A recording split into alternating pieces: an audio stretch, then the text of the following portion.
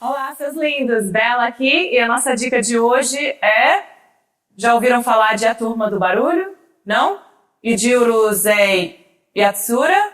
Esse nome anda famoso por causa da editora Ao Leitor com Carinho, que está vendendo uma versão Jack Sparrow desse famoso mangá, criado por Rumiko Takahashi, que também foi responsável por Hamameio e Inuyasha, entre outros. O mangá foi originalmente publicado pela editora Shogakukan entre 178 e 187, alcançando a marca de 34 volumes. Em 1971, a série ganhou um anime com por volta de 116 episódios, exibidos entre 14 de outubro de 1971 e 176. E tem o remake da Netflix, que até o momento conta com 46 episódios. É um mangá que virou um anime famoso, criado por uma mangaka extremamente respeitada, mas do que ele se trata? Bem, é uma comédia romântica malucada. Nela, um moleque mulherengo e pervertido chamado Ataru Moroboshi, que é escolhido aleatoriamente para enfrentar Onis do espaço que querem invadir a Terra. Além de pervertido, Ataru é extremamente azarado e meio burrinho, que seria a vitória certa pro outro lado, mas o moleque nega. Infelizmente ou felizmente, ele descobre que sua adversária seria uma alien jovem, bonita e gostosa chamada Lun. Sua libido fala mais alto e ele topa brincar de pega com a moça. E sim, a Terra estaria nas mãos do vencedor da brincadeira, que no Japão é conhecida como jogo do Oni, um jogo de contato onde ele poderia literalmente agarrar a beldade de tanga de oncinha. O jogo durou uma semana e ele estava perdendo. Como ele conseguiria agarrar uma menina que voava e soltava raios elétricos? Um homem sensato jamais conseguiria, mas sensatez não é o forte de Moroboshi, que estava prestes a desistir de tudo quando sua namorada manda a letra: vence ela que eu caso com você. Com as palavras de Shinobu Miyake ecoando na sua cabeça, o rapaz deu um jeitinho bem constrangedor de vencer a princesa alienígena. Arrancou seu sutiã e se aproveitou da distração para pegar seus chifres.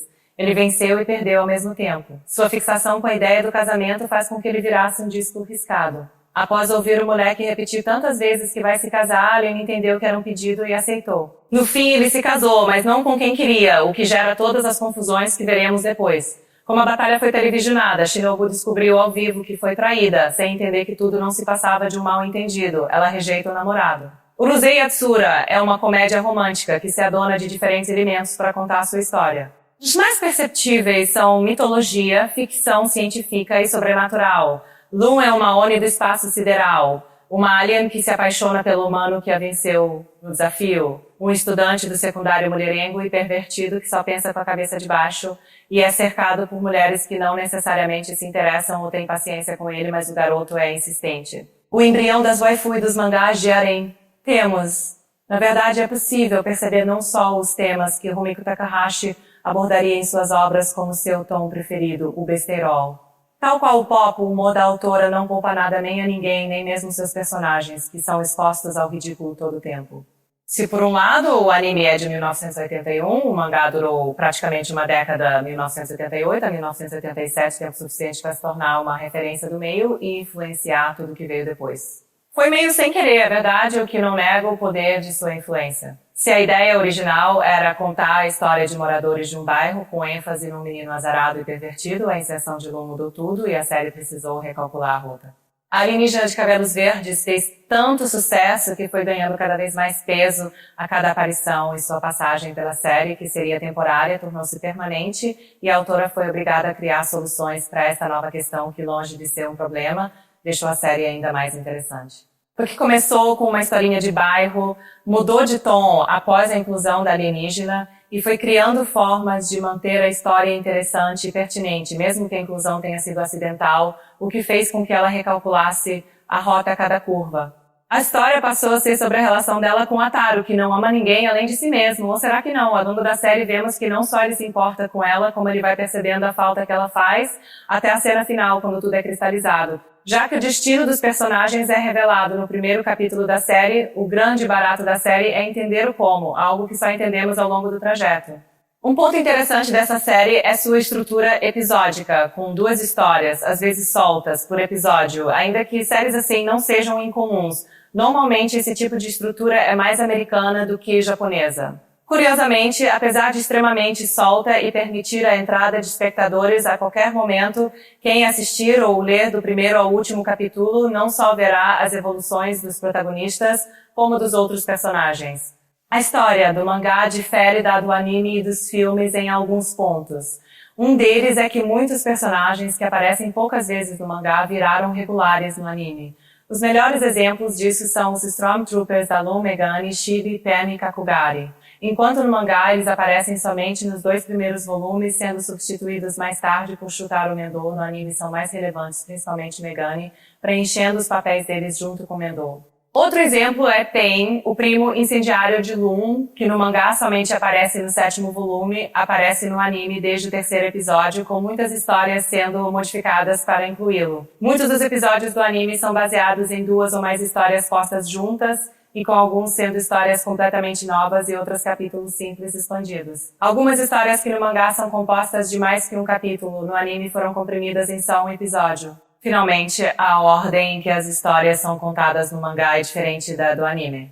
Em suma, Urusei Yatsura não apenas entreteve o público com sua comédia e personagens cativantes, mas também moldou o cenário do anime e mangá, influenciando a forma como histórias são contadas, personagens são criados e o humor é apresentado. Seu impacto cultural e sua influência em gerações de criadores a tornam uma obra fundamental na história da animação e dos quadrinhos japoneses. O título original da série é, na realidade, uma paronomásia, cuja tradução tanto pode ser A Turma da Estrela Uro ou Aqueles que são o Incômodo. O termo Urusei, Estrela Uro, apresenta-se como um trocadilho da palavra Urusei, ser barulhento ou odioso ou cálice sendo assim. A tradução pode ser A Turma da Estrela Uro ou A Turma do Barulho. A segunda palavra que compõe o título Yatsura é o plural do pronome informal Yatsu, que quer dizer aquela si, pessoa si ou ainda uma turma.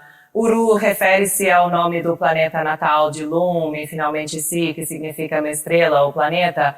Além de Ataru e Lum Invader, temos Shutashi Menji, herdeiro do conglomerado Mendo e rival de Ataru. Apesar da sua beleza física, poderio econômico e inteligência, Mendo é extremamente arrogante, orgulhoso, narcisista e se mostra tão pervertido como Ataru.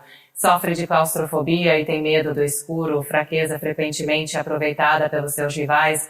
Shinobu Miyake, amiga de infância, colega de turma e ex-namorada de Ataru, é uma garota aparentemente calma e sossegada que, após a chegada de Lum, adquire força sobre-humana quando enfurecida, o que acontece frequentemente devido às intervenções do grande número de criaturas e pervertidos que atrai.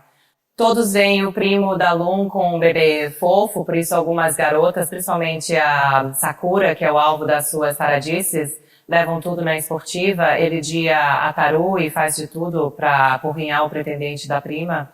De cereja, o Sherry. É um monge budista errante que frequentemente aparece do nada prevendo a desgraça de Ataru. No anime, sua chegada é seguida imediatamente por uma grande explosão que pode ser meramente cômica ou causar danos reais à área. Seu nome verdadeiro é Sakurambo, que significa literalmente cereja em japonês. Mas como o kanji pode ser lido como monge perturbado, uma frase bastante precisa para descrevê-lo, ele prefere ser chamado pela palavra em inglês, pois pensa que a vida monástica é muito semelhante a uma cereja doce por fora e com todo o miolo por dentro.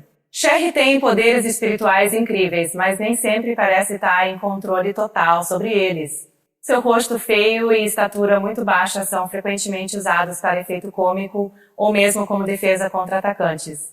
Sherry fez um voto de ascetismo, vivendo em uma tenda em um terreno baldio não muito longe da casa de Ataru.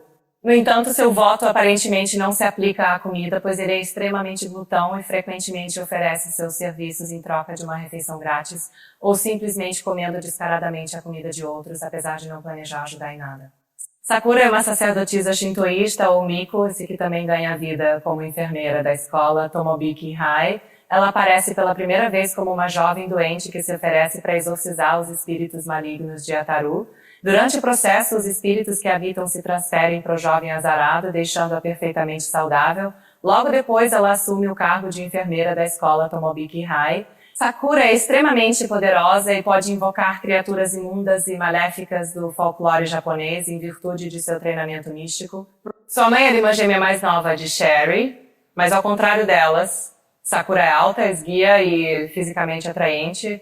Isso lhe causa um número incrível de problemas, dos garotos lascivos da escola, até mesmo hordas de demônios. Sua beleza atrai muita atenção indesejada. Ela é noiva de Tsuba Mizuno, que estudou feitiçaria no ocidente, embora ele não seja particularmente bom nisso. Como seu tio, Sakura possui um apetite incrivelmente enorme. que às vezes os faz brigar por comida. Ryunosuke Fujinami, Ryunosuke Fujinami, Ryunosuke, apelidado de Ryu, é uma aluna da Tomabiki High que foi criada como um menino por seu pai excêntrico. Desejando um herdeiro homem para assumir o café de praia da família, o pai de Ryunosuke deu a ela um nome masculino e a criou como um menino por toda a vida. E embora Ryunosuke esteja interessada em viver como uma menina, seu pai faz tudo o que pode para impedir isso e nega a ela a chance de experimentar roupas femininas. Como tal, ela usa o uniforme masculino de estudante na escola e é frequentemente tratada como homem. Ryunosuke é gentil, mas foi criada para lutar e é constantemente antagonizada por seu pai em lutas destrutivas, uma das quais resulta na destruição do café da família. Os dois se mudam para Tomabiki e para o colégio, onde Ryunosuke estuda enquanto seu pai administra a loja da escola. Membros de ambos os sexos são atraídos por Ryunosuke, por exemplo, ela recebe mais cartões de Dia dos Namorados do que até mesmo Mendo, devido a recebê-los de meninos e meninas igualmente. Ela é bastante sensível sobre ser chamada de menino e fará quase qualquer coisa para convencer a pessoa desconhecida de que ela é de fato uma menina. Muitas vezes, quando isso acontece, seu pai aparece de repente apenas para interferir e fazê-los acreditar que ela é um menino.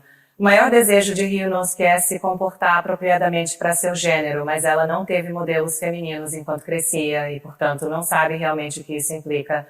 Exacerbando isso, tá, o fato de que o pai de Ryunosuke frequentemente mentiu para ela para atender aos seus próprios desejos e ela nunca teve qualquer razão para não acreditar nele, mas desde que se associa a outras pessoas além de seu pai, ela está aprendendo que muitas coisas que ele disse eram mentiras e agora sabe que é melhor não acreditar nele.